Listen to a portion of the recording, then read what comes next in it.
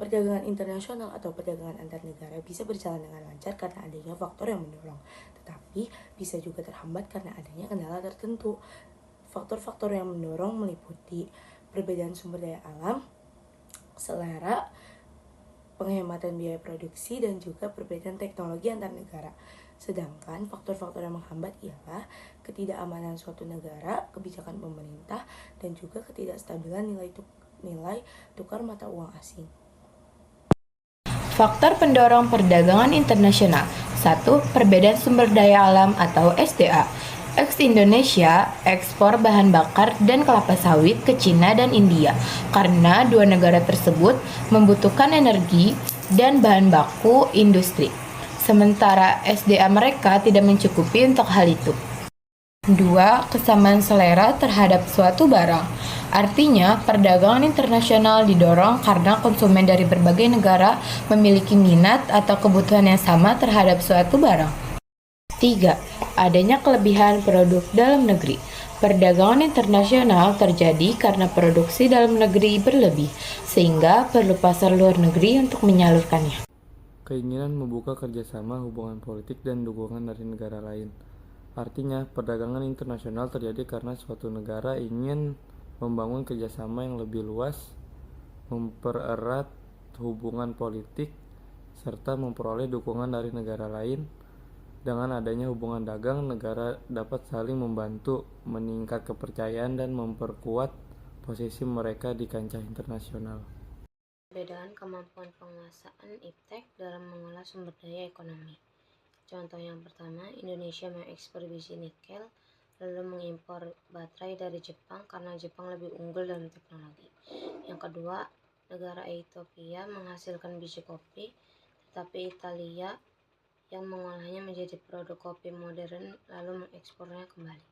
Contoh yang ketiga, Arab Saudi menghasilkan minyak mentah, tetapi ia tetap mengekspor mesin pengeboran dari Amerika Serikat. Badan Pengawas Obat dan Makanan (BPOM) bersama Saudi Food and Drug Authority (SFDA) menyepakati 6 unit pengelola ikan tahun 2025. Kesepakatan ini sebagai langkah Indonesia untuk mengirim 20.000 ton pasokan ikan kepada Arab Saudi untuk memperluas peluang kerjasama ekspor pangan.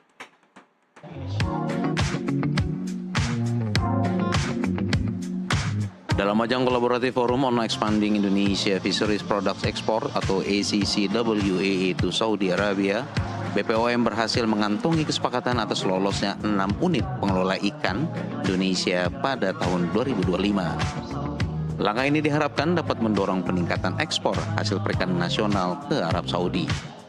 Hingga saat ini, BPOM mencatat sedikitnya 63 unit pengelola ikan tanah air atau UPI yang menjadi pemasok utama melalui kerjasama dengan Saudi Food and Drug Authority. Ketua BPOM Taruna Ikrar menjelaskan pentingnya kerjasama ekspor ikan dengan Arab Saudi menjadi langkah dalam membangun ekonomi nasional melalui kerjasama dengan salah satu negara yang memiliki ekonomi terkuat di dunia. Dengan kesepakatan yang telah terjalin, Indonesia sebagai negara maritim besar dapat memasok 20.000 ton ikan per tahun untuk kebutuhan Arab Saudi. Ya, kalau yang saya kemukakan tadi, ikan tadi jumlahnya 20.000 ton. 20.000 ton. Kalau data kami dilaporkan 20.000 ton. Nah, tentu itu untuk jamaah haji aja, tapi kan kita harus paham. Kalau sudah tembus bordernya Saudi Arabia, harapannya bukan hanya untuk jamaah kita, itu juga untuk penduduk asli atau untuk jamaah dari negara-negara lain. Karena negara lain juga sangat senang dengan ikan, kan? Jadi saya melihat Saudi Arabia punya peluang yang sangat besar untuk berkontribusi untuk transformasi ekonomi nasional kita. Kedepannya, BPOM akan membuka ekspor komoditas lain, seperti unggas dan daging ke Arab Saudi melalui kolaborasi berbagai stakeholders dalam negeri demi mendukung keberhasilan kerjasama pangan antara kedua negara. Dari Jakarta, Emir Hamzah, Sebastian Pascal, jurnalis NTV, melaporkan. Faktor penghambat perdagangan internasional. Yang pertama, tidak amannya suatu negara. Jika suatu negara keadaannya tidak aman, maka para pedagangnya akan beralih ke negara yang aman. Semakin aman keadaan, maka itu semakin akan mendorong para pedagang untuk melakukan perdagangan internasional. Kebijakan ekonomi internasional yang dilakukan oleh pemerintah. Ada beberapa kebijakan ekonomi yang diterapkan oleh suatu negara yang merupakan hambatan bagi kelancaran perdagangan internasional.